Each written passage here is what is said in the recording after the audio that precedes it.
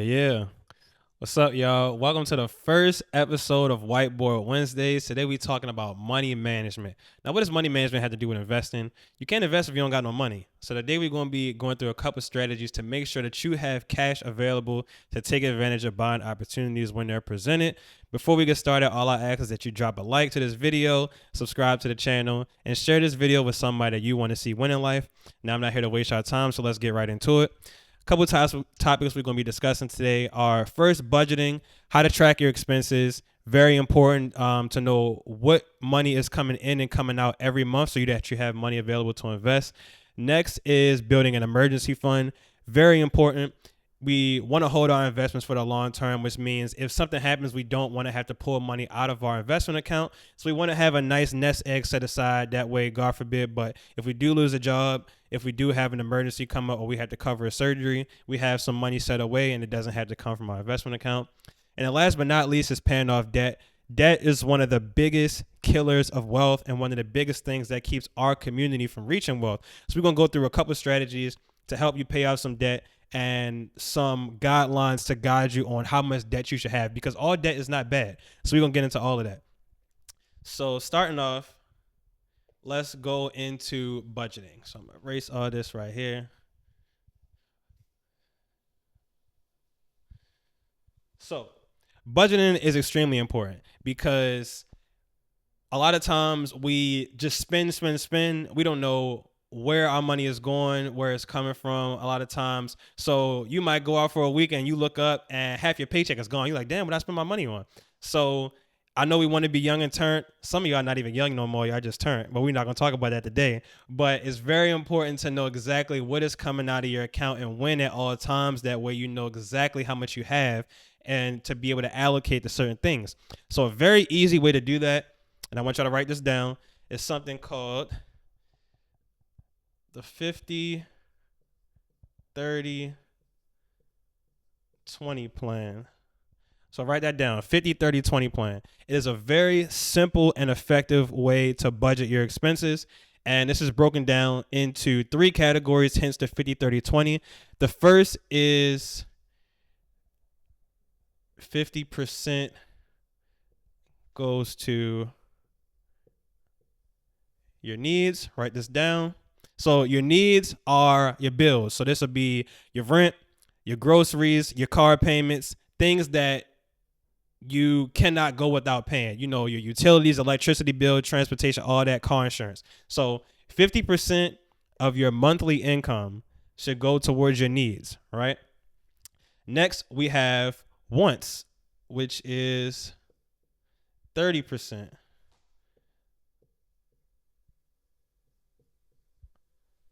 That's a little ugly, but 30% goes towards your wants. So your wants would be, you going shopping, you going out to happy hour, you going out to eat, you treating yourself, anything that is not essential to you living day to day. So these are basically things that you do for leisure, going to the movies, stuff like that. This is an important category because you do not want to exceed this 30%. If you went to happy hour 5 times last week, maybe this week only go 4. If you're about to hit that DoorDash button for the 5th time this past week, maybe consider going to the grocery store and meal prepping for the next week to save you some money. That way you have money set aside for the next category, which is your savings and investing. That would be 20%.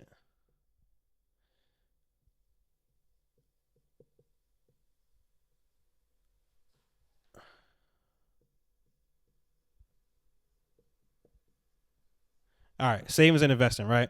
So 20% goes towards savings and investing.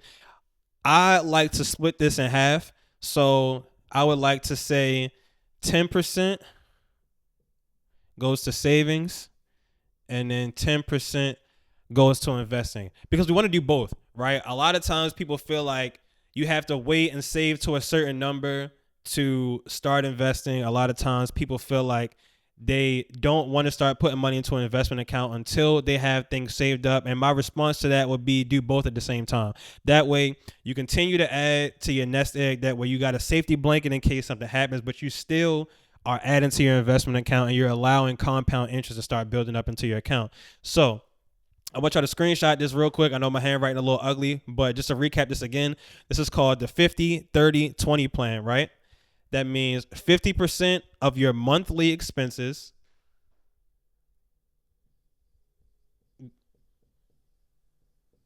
50% of your monthly expenses goes towards your needs. Again, this is bills. 30% goes towards your wants. So I'm going to say leisure.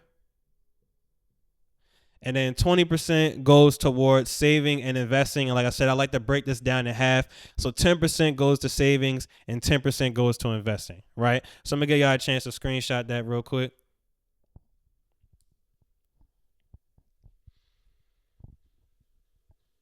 All right, so that is saving. That is budgeting. So budgeting, make sure you know exactly what's going to your account at all times. This is how you automate it. So for example, give you a real quick example.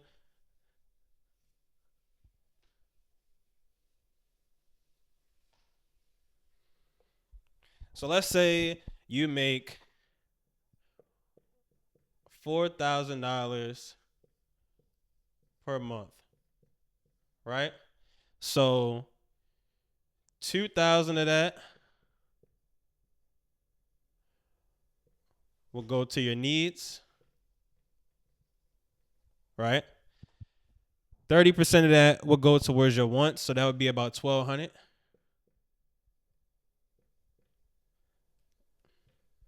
Just to make sure we staying consistent.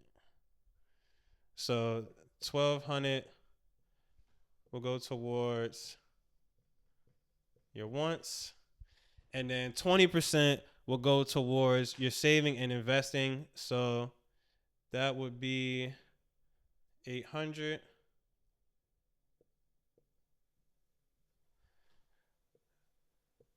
Savings and investing, right?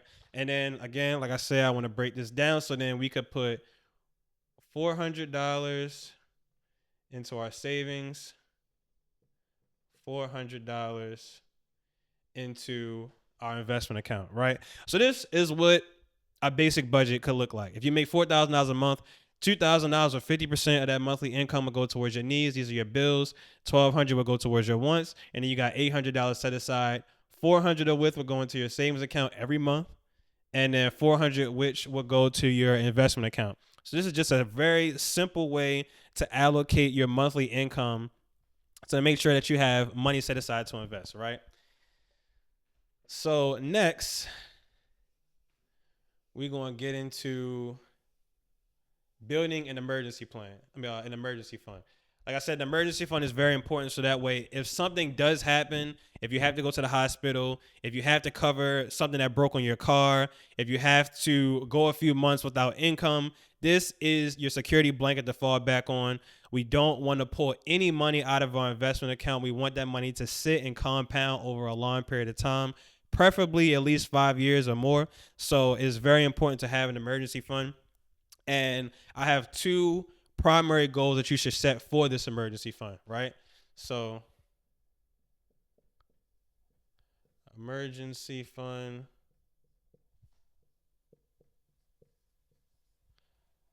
All right, I'm going to try to make this a little bit more legible for y'all. All right. So, first goal for your emergency fund, $1,000. $1,000 should help you cover most expenses. If something has to be replaced on your car, if you have to take an ambulance to the hospital, something goes wrong, $1,000 should cover most expenses. Now, the reason this $1,000 is important because 60% of Americans have less than $1,000 saved up. So if that's you, this should be your first goal right here, right? $1,000 will help you cover most day-to-day expenses, right? The next thing you want to hit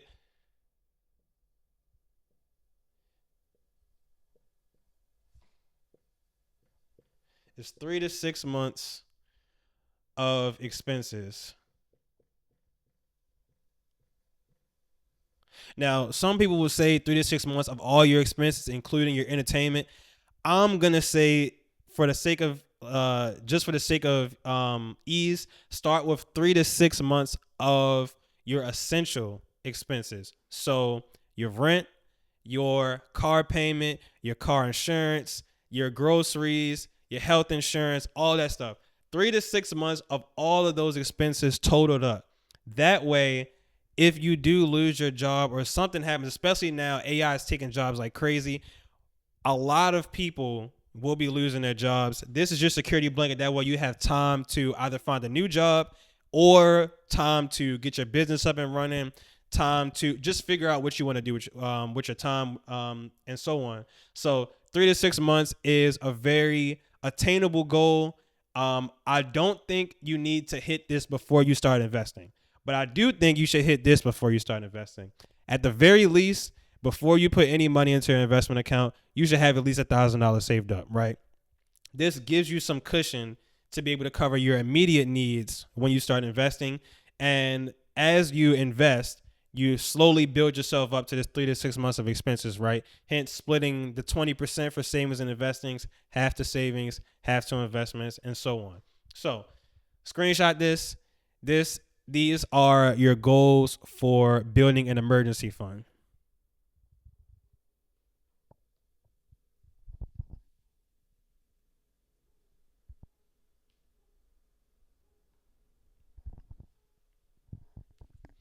All right. And last but certainly not least, we're going to get into paying off debt. So, debt is a wealth killer. Debt is the reason why the black community isn't as far ahead as it should be, and it's not to any fault of our own. Predatory lending killed this in the 60s and 70s. Credit cards are killing us now. A lot of people have utilized over 90% of their credit card, borderline maxed out. That's what's going to keep us from building wealth. So I want to share a couple of strategies for paying down debt, goals for your credit score, and how to do that. So first off, I want you to write down this number right here. Well, first, if you're talking about credit card usage, right?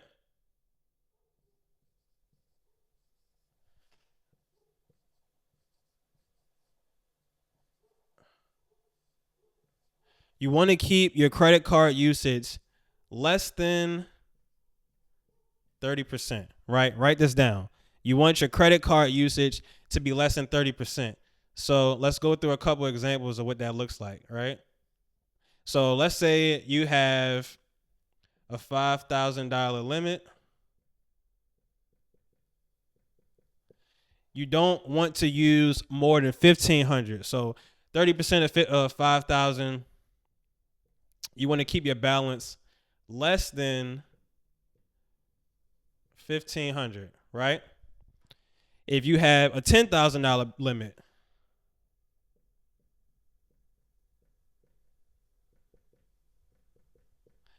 you want to keep your balance less than $3,000. Why is the 30% utilization so important? When the credit card agencies, the credit agencies are calculating your credit score, this is a number they're looking for. Once your number crosses this 30% threshold, this indicates to them that you have what's called liquidity concerns. That means you don't have enough cash flow to be able to pay your bills without using credit. So then that's when they start ticking down to your credit score. So a good way to keep your credit score high is to keep it less than 30% of your total limit, whatever that is, whether it's 2,000, 5,000, 10,000, 20,000 or more. Keep it less than 30%. Another reason this is important is because credit card interest rates are the highest they have been in years. So what do I mean by that? So right now, credit cards are at about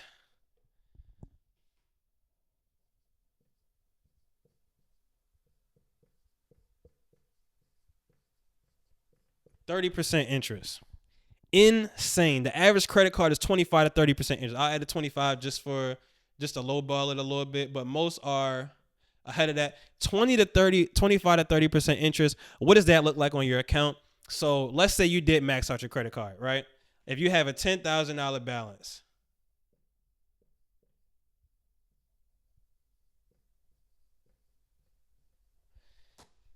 30% interest means that every year you have to pay $3,000 in interest alone. And this doesn't even include the actual $10,000 balance. So if you have to pay $3,000 in interest every year, that means the first $3,000 you pay goes to this. Not even this. So your $10,000 balance still persists. You paying this first, right? So then if you have a $3,000 interest, now this goes to a $13,000 balance, right? But hold on. Now they tack on this 30% to this 13,000. So 30% of 13,000 is 3,900.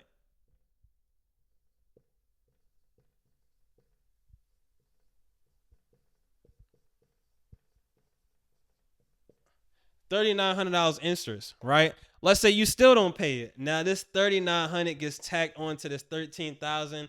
Now you have a $16,900 balance. Interest, this right here, this is the wealth killer. So pay attention to your debt balances. Keep paying off your credit cards consistently. Don't let them build up, because whenever you don't pay, this number just keeps getting bigger and bigger. I don't know what 30% of this is. I can't do it in my head right now. Actually, I can't. That's close to 17,000. So that would be about $5,100 interest. Right, so this number just keeps getting built up. We went from 3,000 to 3,900 to 5,100, and it's just going to keep getting bigger as that gets taxed on. So you want to address your debt with very high interest rates, because as you can see, this adds up pretty quickly, right? So that's just an example of how credit card interest can keep you in debt. Now, how do we deal with that? That leads us to two methods. There are two major methods for paying off debt.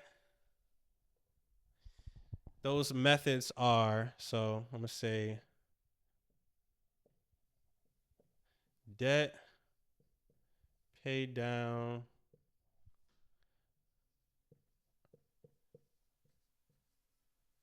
methods, right?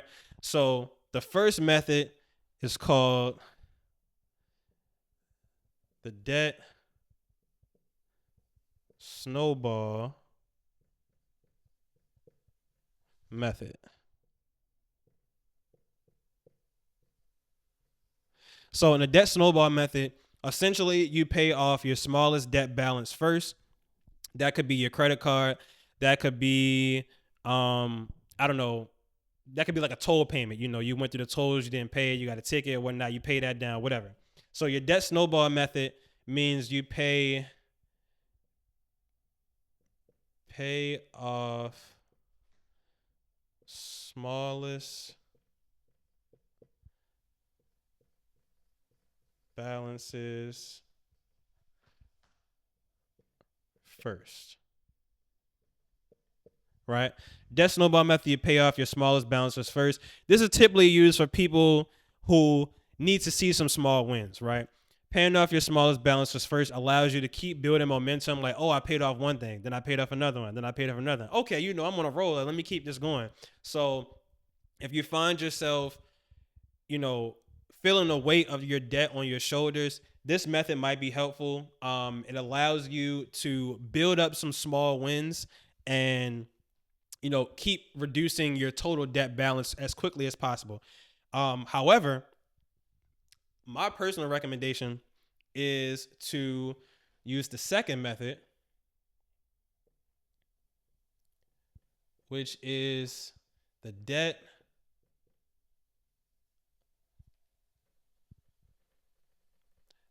avalanche method.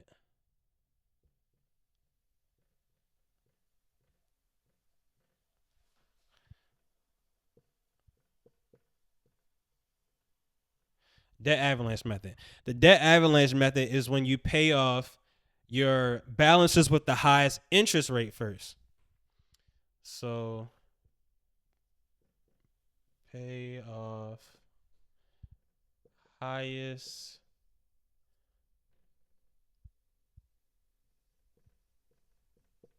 interest debt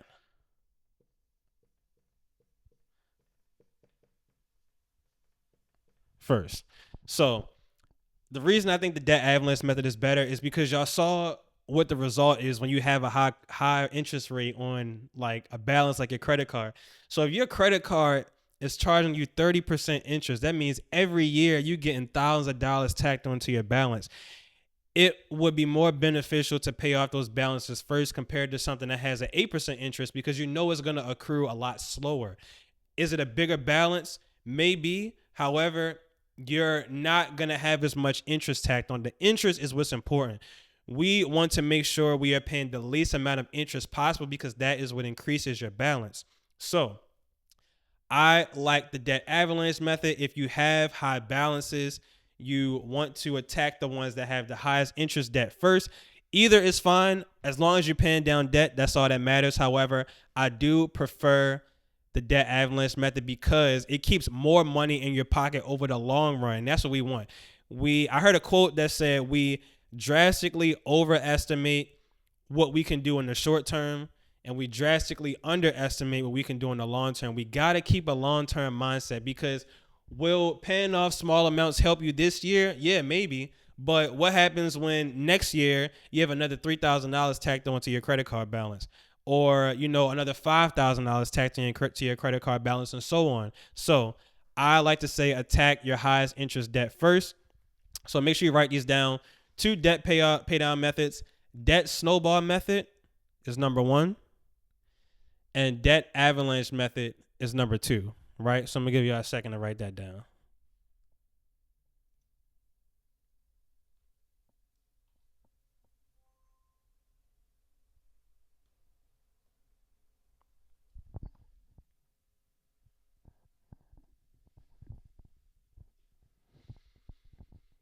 All right, so let's recap what we talked about today. So first, we talked about budgeting methods. We talked about the 50-30-20 plan, where 50% of your monthly income goes to your needs, your bills, your groceries, and so on. 30% goes towards your wants, your leisure, your entertainment, going out to happy hour, going to the movies, going out to dinner, taking trips, and so on. And 20% goes to your savings and investings. So like I said, I like to split that in half. 10% goes to your savings, 10% goes to your investment account, right? So that was budgeting. Next, we covered savings goals. So 2 primary savings goals you want to hit. The first, before you put any money into your investment account, put $1,000 away in a savings account. We'll talk more about types of vehicles, how your savings account specifically next week. But the first savings goal you want to hit is $1,000. Save $1,000 up first before you make any investments. The next goal is saving 3 to 6 months of your living expenses, things that are essential to you living, your rent, your groceries, your car payment, so forth, right? So those are your 2 savings goals. And then we talked about paying off debt, right? So if you have a credit card, you want to keep that below 30% utilization, right? Meaning whatever your balance is, not your balance, whatever your total limit is, you want your balance to be below 30% of that number, right? Because then once you start getting above 30% utilization, that's when they start ticking down in your credit score, right? And then we talked about 2 debt pay down methods. The first is the debt snowball method, right? Where you pay off your smallest balances first. Still good. It helps you build up confidence and helps you pay off little things one by one. And then we have the debt avalanche method, which I personally prefer. It saves you money in the long run. The debt avalanche method is where you pay down your highest interest debt first, and then you slowly tick down. You start with your highest interest first, and then you start going into your lower interest debt. That will save you on interest payments in the long run, which means you can hit that principal first and then pay off your debt a lot faster over a long period of time. So this is the first episode of Whiteboard Wednesdays. Next week, we're going to be talking about investment vehicles, 401ks, Roth IRAs, what type of investment account is best for you and your needs. And we also going to talk about some high yield savings accounts. I will also give some insight into what are some good brokerages to start your first investment account. So stay tuned for next week. Stay informed, stay invested, and I'm going to catch y'all next time, y'all. Peace.